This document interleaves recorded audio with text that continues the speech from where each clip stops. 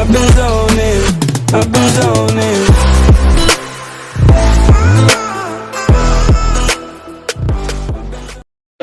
ఎందుకంటే ఒక చిన్న మెసేజ్ కార్యకర్తలకి ఇచ్చినాము.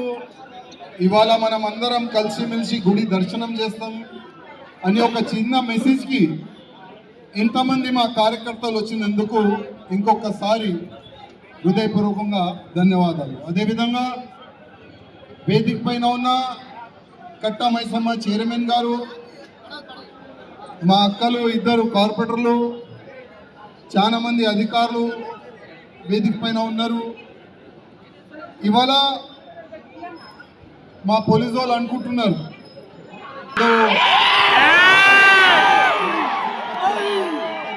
ఏదో చెప్తాడని, ఈ విధంగా మా పోలీసు వాళ్ళు అనుకుంటున్నారు. కానీ అట్లా ఏం లేదు.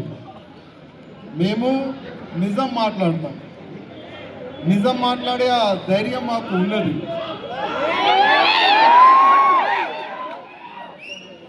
2023 తర్వాత ప్రత్యేకంగా మన హిందూ గుళ్ళకే టార్గెట్ చేస్తున్నారు. మనం ఓల్డ్ సిటీలో చూడొచ్చు, వేరే వేరే ఏరియాలో మనం చూడొచ్చు. ఇవాళ కట్టా మైసమ్మ టెంపుల్ కూడా మనం చూడొచ్చు. ఒక అల్తాఫ్ అని ఒక వ్యక్తి ఎక్కడి నుంచి వచ్చిండైనా, కర్ణాటక నుంచి, బీదర్, కర్ణాటక బీదర్. ఏం పీకనీకి వచ్చిండైనా, వచ్చిండైనా. రండి, పని చేసుకోండి, బతకండి, ఫ్యామిలీని పోషించండి, వెళ్ళిపోండి. కానీ ప్రత్యేకంగా హిందూ గుళ్ళకే వాళ్ళు టార్గెట్ చేస్తున్నారు. అసలు వాళ్ళకి ఈ ట్రైనింగ్ కానీ, ఈ ఆలోచన కానీ ఎక్కడి నుంచి వచ్చింది ఆయనకి? వాళ్ళకి ప్రత్యేకంగా ఒక ప్లేసెస్లో వాళ్ళకి నేర్పిస్తారు హిందూ గుళ్ళ గురించి, హిందువుల గురించి, భారతదేశం గురించి. వందే మాత్రం చెప్పకూడదు, భారత మాత ఆ స్లోగన్ చెప్పకూడదు అని ప్రత్యేకంగా వాళ్ళకి మదర్సాల్లో వాళ్ళకి ట్రైనింగ్ ఇస్తారు. వాళ్ళు అదే ఫాలో చేస్తారు. వాళ్ళు ఏంటంటే గుడి కనబడుతుంది ఆయన మెంటల్ లోడ్ అని. అంటే ప్రతి ఒక్క వ్యక్తి మెంటల్ అయిపోతే ఆయనకి మా గుళ్ళే కనబడుతుందా? మా హిందువులు మెంటల్ అయిపోతే? కానీ ఆ అలవాటు మాలో లేదు, ఆ సంస్కృతి మాలో లేదు. మా పెద్దలు ఏం నేర్పిస్తారు? ఏదైనా ఎవరైనా దేవుడు ఉండని వాళ్ళకి మర్యాద ఇచ్చే ధర్మమే మన హిందూ ధర్మం అని మన పెద్దలు మనకు నేర్పిస్తారు. ఎప్పుడైనా హిస్టరీ మనం చూసుకుంటే బాబ్రీ మస్జిద్ తప్ప ఎక్కడ కూడా మన హిందువులు దాడి చేయలేదు. ఎందుకంటే బాబ్రీ మస్జిద్ ఎందుకు? అది మన రాముడి గుడి పలగొట్టి వాళ్ళు బాబ్రీ మస్జిద్ కడితేనే దాన్ని మనం పలగొట్టినాం. అది మనం రుబాబ్గా మనం చెప్పొచ్చు. కానీ ప్రత్యేకంగా ఎవరైనా ముస్లిం వ్యక్తి మెంటల్ అయిపోతే వాళ్ళకి గుళ్ళే కనబడుతున్నాయి. మనం నిన్న మొన్న చూడొచ్చు. మనం చూడొచ్చు. ఒక వ్యక్తి అయోధ్య వస్తాడు, కొద్ది అంబులెన్స్ ఒకవేళ ఇక్కడ వస్తే దారి మార్చడానికి ఆయనకి మంచి ట్రీట్మెంట్ ఇచ్చి ఆయనకి ఇప్పుడు యోగి గారు ట్రీట్మెంట్ నడుస్తుంది ఆయన. మన తెలంగాణ ముఖ్యమంత్రి గారు రేవంత్ రెడ్డి గారికి ఏమైందో అర్థమైతలేదు. అప్పుడప్పుడు మా రేవంత్ రెడ్డి గారు అంటారు నేను ఏబీవీపీ అంటే నా రక్తంలో కూడా కాషాయం ఉందని రేవంత్ రెడ్డి గారు అంటారు. ఇప్పుడు మా రేవంత్ రెడ్డి గారు ఇంత పెద్ద అపవిత్రం జరిగింది కట్టా మైసమ్మ గుడి ప్రాంగణంలో. మలమూత్రం ఒక ఫాల్తుగాడు వేసిండు. దానిపైన ఒక చిన్న మెసేజ్ కానీ, ఒక చిన్న మెసేజ్ కూడా మీది రాలేదంటే అది చాలా దురదృష్టం.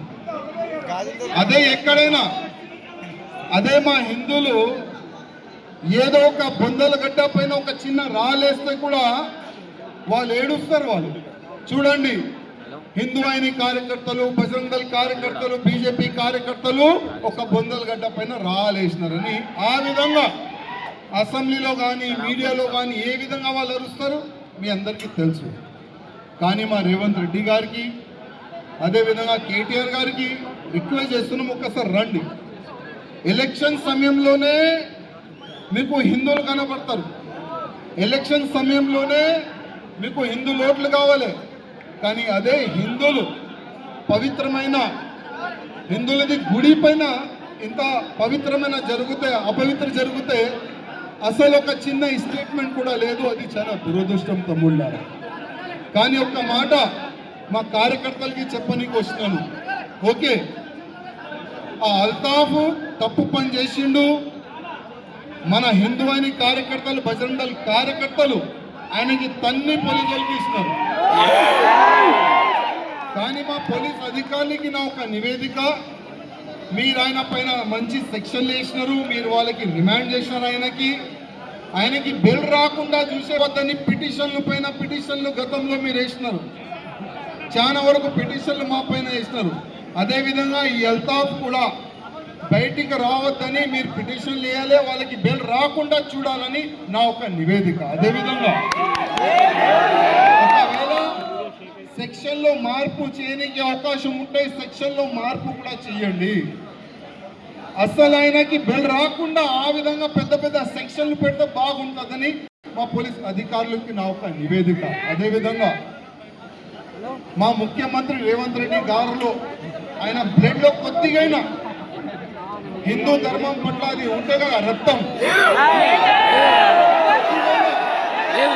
కొద్దిగా ఆ రక్తం ఉంటే ఒక కాఫీ పైన కానీ టీ పైన కానీ యోగి గారు ఆదిత్యనాథ్ మన ఉన్నారు కదా బాబా,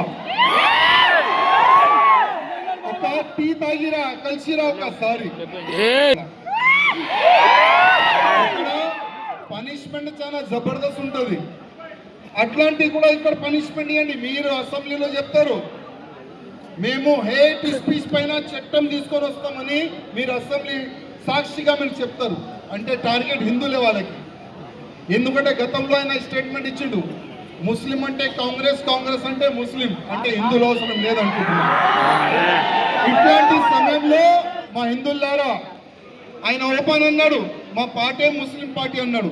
మళ్ళీ హిందువులు ఎక్కడ వెళ్ళాలి, మన హిందువులు ఎక్కడ వెళ్ళాలి?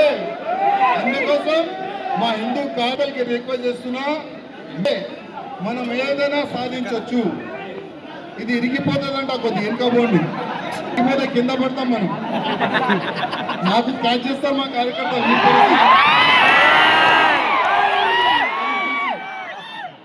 అందుకోసం కార్యకర్తలారా మనం ఒకటి ఉండాలి. ఇంకోటి ఒక మాట సీరియస్, ఏ నాయకుల పైన మీరు ఆధారం ఉండకండి, ఏ నాయకుల పైన మీరు ఆధారం ఉండకండి. ఎందుకంటే ఇట్లాంటి సిచ్యువేషన్ వస్తే ఫస్ట్ నాయకులకి హౌస్ అరెస్ట్ చేస్తారు మా పోలీసులు.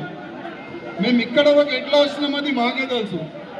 దాదాపు మాకు కూడా ఆ పనికి ప్రయత్నం చేస్తే మళ్ళీ మా డీసీపీ గారికి రిక్వెస్ట్ చేసినాము, సారు మా ఉద్దేశం గడబడి చేయడానికి లేదు. మా ఉద్దేశం ఏంది, మా కార్యకర్తలతో కలవాలి, గుడి దర్శనం చేయాలి. తప్పు జరిగింది, దాని గురించే మేము మాట్లాడడానికి వచ్చినాము. మిగతా ఉద్దేశం మాది లేదు. ఉద్దేశం ఉంటే ఇక్కడ వరకు ఎందుకు వస్తాం, ఎక్కడో పోతాము. కానీ దానికి ఇంకా సమయం ఉన్నది కార్యకర్తలారా.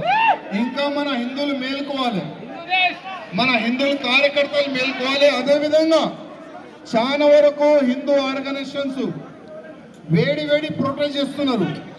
ఆల్ హిందూ ఆర్గనైజేషన్ కింద రిక్వెస్ట్ చేస్తున్నా, మనం ఇట్లా అయితేనే మన గుళ్ళు మనం కాపాడవచ్చు. ప్రతి ఒక్క హిందూ ఒక్కటైతేనే హిందువుల్ని మనం కాపాడుకోవచ్చు. ఇవాళ చూస్తున్నాము ప్రత్యేకంగా హిందువులకే టార్గెట్ చేసి లవ్ జిహాద్ చేస్తున్నారు. ఇవాళ తెలంగాణ చాలా పెద్ద హబ్ అయిపోయింది. గౌమాతని సంపి ఇక్కడ నుంచి